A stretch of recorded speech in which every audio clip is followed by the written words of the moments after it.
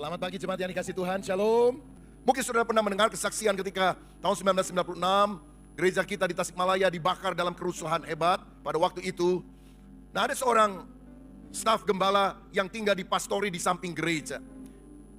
Anaknya satu pada waktu itu umur 3 tahun, lalu istrinya ada di rumah sakit bersalin tidak terlalu jauh dari gereja melahirkan anak yang kedua.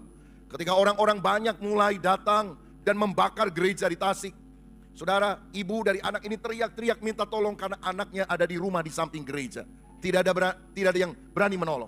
Untunglah dalam situasi panik itu ada seorang bapak, seorang Sunda yang sedang menunggu anaknya juga dilahirkan di rumah bersalin yang sama. Berkata, di mana tempat? Lalu diberi petunjuk dengan cepat, dia pergi ke sana, dia ambil anak itu, dia serahkan kepada ibunya. Wah, ibunya senang sekali. Kemudian ibunya tanya, Pak, tadi anak saya sedang apa ketika bapak pergi ke rumah saya? Dia bilang, anak ibu sedang digendong oleh seorang tinggi besar jubah putih. Mungkin pastor katanya. Lalu ibu ini berkata, oh kalau kami Kristen, rohaniwannya disebut pendeta bukan pastor. Dan gak suka pakai jubah putih. Ya paling-paling pakai dasi, pakai jas kalau khotbah. Oh saya gak tahu, saya gak ngerti. Tapi yang jelas anak ibu digendong seorang tinggi besar jubah putih. Dan dia serahkan kepada saya. Saudara-saudara, ketika saya mendengar hal itu saya tidak langsung percaya. Lalu kemudian saya tanya kepada anak tersebut, namanya James, 3 tahun.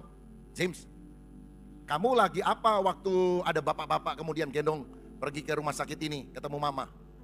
Saya digendong sama om saya, katanya. Saya bilang, tuh bener kan, omnya, ini salah lihat nih bapak, pasti omnya juga gak pakai jubah putih. Saya tanya sama omnya, di kesempatan yang berbeda, apa bener kamu yang gendong James ini?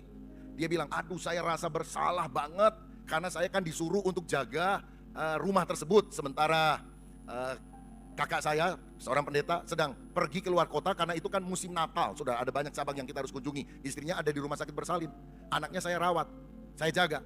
Tapi ketika ada terdengar kerusuhan, saya lari keluar dari gang di samping gereja di mana dia tinggal.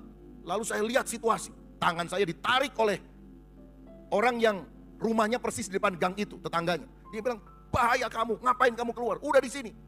Jadi saya bilang, saya mesti balik lagi. Itu ada anak kecil sendirian di rumah. Enggak, nanti aja. Ini lagi genting, kamu bisa mati. Jadi saya rasa dosa banget karena tinggalkan si James kecil. Ini di belakang.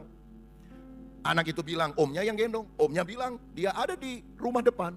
Dan dia merasa bersalah meninggalkan anak. Saya tidak tahu sampai hari ini siapa orang tinggi besar, jubah putih yang dimaksudkan itu. Tapi saya percaya tidak mustahil kalau Tuhan mengirim malaikatnya untuk menyelamatkan, melindungi, menyertai orang yang percaya kepada dia.